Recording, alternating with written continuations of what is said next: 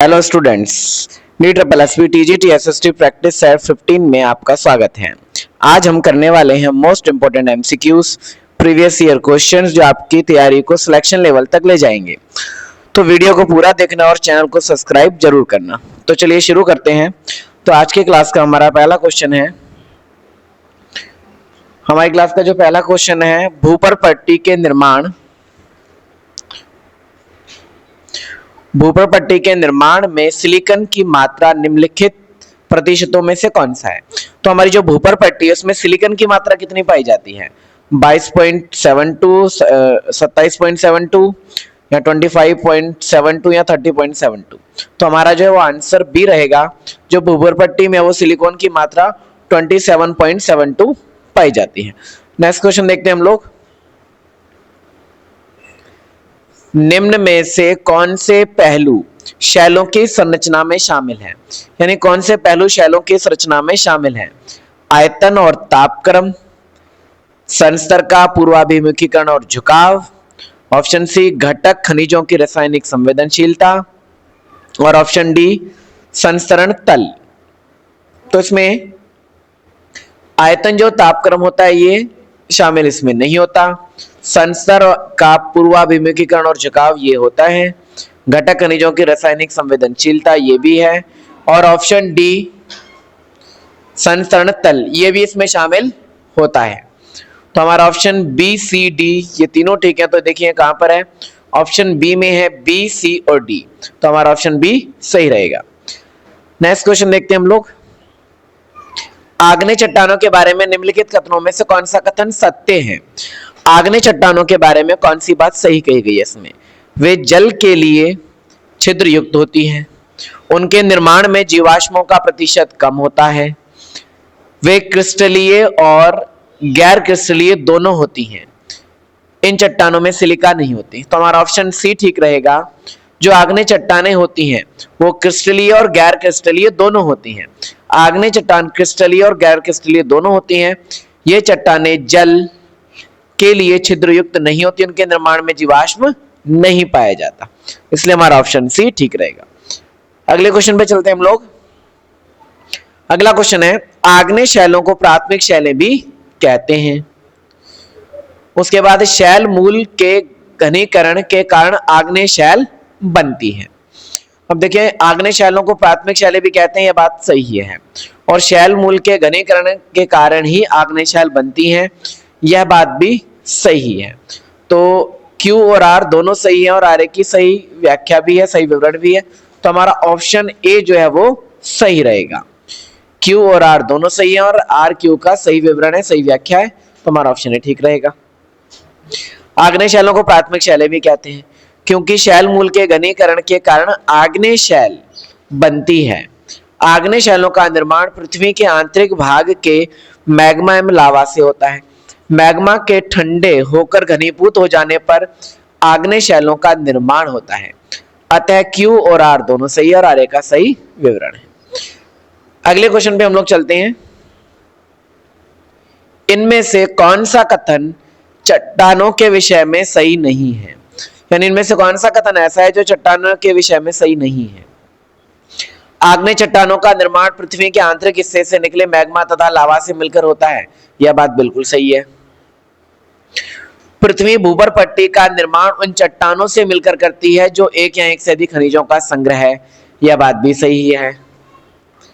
अवसादी चट्टानों को प्राथमिक चट्टानें भी कहते हैं, यह बात गलत है और हमारा यही ऑप्शन ठीक रहेगा। इन्होंने गलत ही पूछा है कि कौन सा चट्टानों के विषय में सही नहीं है। अगला ऑप्शन भी देख लेते हैं। पृथ्वी की सतह पर मौजूद चट्टानें आग्नेय, अवसादी और रूपांतरित अनाच्छादित एजेंटों के प्रभाव से अनावृत होकर अलग अलग आकार के टुकड़ों में टूटते हैं, यह बात भी सही है। तो हमारा ऑप्शन सी ठीक रहेगा। अवसादी चट्टानों को प्राथमिक चट्टानें भी कहते हैं, यह बात गलत दी गई है यहाँ पर। अगले क्वेश्चन में हम लोग चलते हैं। निम्नलिखित में से कौन सी आग्नेय चट्टान मशरूम के आकार की होती है? कौन सी ऐसी आग्नेय चट्टान है जो मशरूम के आकार की है? Option A laccolith, batholith, dike या लैपोलिथ। तो हमारा ऑप्शन ए ठीक रहेगा, लैकोलिथ। अगला क्वेश्चन हम लोग देखते हैं।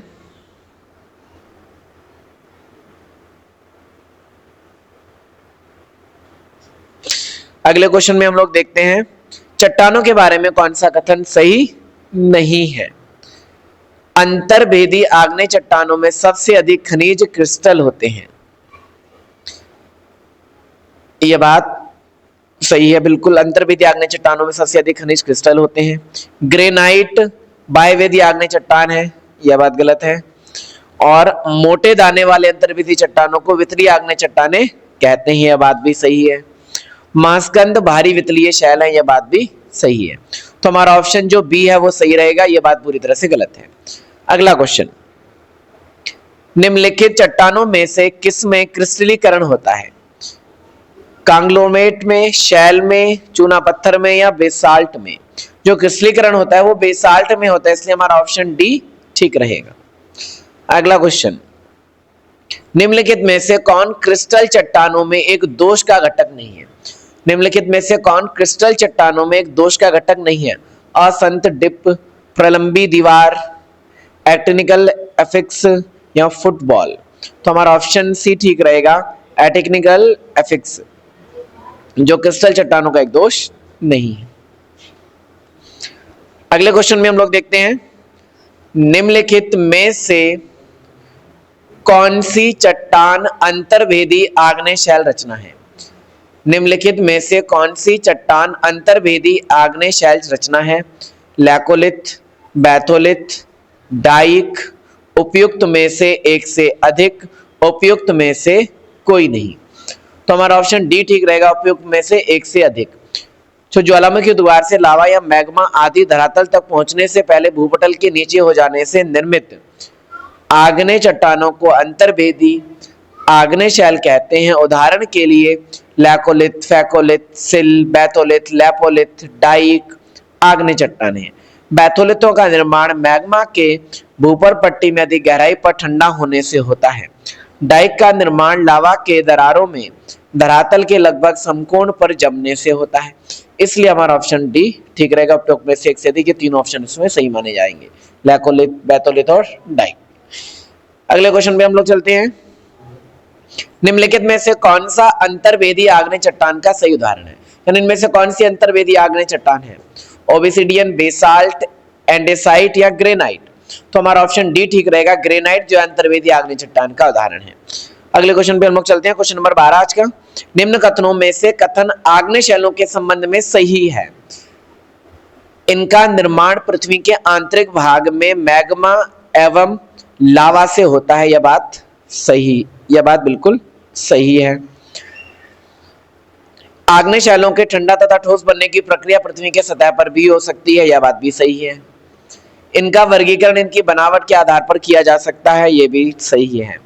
पिघले हुए पदार्थों की आकस्मिक शीतलता के कारण बड़े और चिकने कण बनते हैं, यह बात गलत है। तो इसलिए हमारा ऑप्शन ए बी सी ठीक है। तो इसमें देखिए एबीसी वाला ऑप्शन कौन सा है? तो हमारा ऑप्शन जो डी है वो एबीसी वाला है, तो यही हमारा आंसर होगा। अगले क्वेश्चन पे हम लोग चलते हैं, आग्नेय तथा रूपांतरित चट्टानों में खालिस्तान खनिज पाया जाता है। लॉट्स या बेट्स या परते या अवशिष्ट द्रव्यमान? तो आग्नेय तथा रूपांतरित चट्टानों में लॉट्स खनिज पाया जाता है, ऑप्शन ए हमारा ठीक रहेगा। अगले क्वेश्चन पे हम लोग चलते हैं, अम्लीय मैग्मा में सिलिका का प्रतिशत कितना होता है? अम्लीय मैग्मा जो सिलिका उसमें कितना होता है? उच्च होता है, मध्यम होता है, कम होता है, नगण्य होता है? तो जो अम्लीय मैग्मा में सिलिका का प्रतिशत है ना वो बहुत ज्यादा उच्च होता है, इसलिए हमारा ऑप्शन ए ठीक रहेगा। अगले क्वेश्चन पे हम लोग चलते हैं, लावा के जमने के परिणाम स्वरूप धरती के भीतर बनी गहरी चट्टानों को क्या कहते हैं? यानी लावा के जमने के परिणाम स्वरूप धरती के भीतर जो गहरी चट्टान बनती है उसे क्या कहते हैं? अवसादी चट्टानें, प्लूटोनिक चट्टानें, रेशेदार चट्टानें या ज्वालामुखीय चट्टानें? तो जो लावा के जमने के परिणाम स्वरूप जो धरती के भीतर गहरी चट्टानों में जमते हैं उनको प्लूटोनिक चट्टानें कहा जाता है, इसलिए हमारा ऑप्शन बी ठीक रहेगा। अगले क्वेश्चन पे हम लोग चलते हैं, यदि मैग्मा पदार्थों का बड़ा पिंड भूपर पट्टी में अधिक गहराई में ठंडा होकर बड़ा गुंबद बनता है तो उसे निम्नलिखित में से किस नाम से जाना जाता है? यदि मैग्मा पदार्थों का बड़ा पिंड भूपर पट्टी में अधिक गहराई में ठंडा होकर बड़ा गुंबद बनता है तो उसे क्या कहते हैं? ज्वालामुखी कुंड, सिल या बैथोलिथ या डाइक? तो उसे बैथोलिथ कहा जाता है। अगले क्वेश्चन पे चलते हैं, किस प्रकार के चट्टानों में अधिक खनिज इकट्ठे होते हैं तथा स्टारों में एकत्रित होते हैं। आग्नेय चट्टानें, रूपांतरित चट्टानें, अवसादी चट्टानें, इनमें से कोई नहीं। तो किस प्रकार की चट्टानों में खनिज इकट्ठे होते हैं? तो अवसादी चट्टानों में जो है वो खनिज इकट्ठे होते हैं, इसलिए हमारा ऑप्शन सी ठीक रहेगा।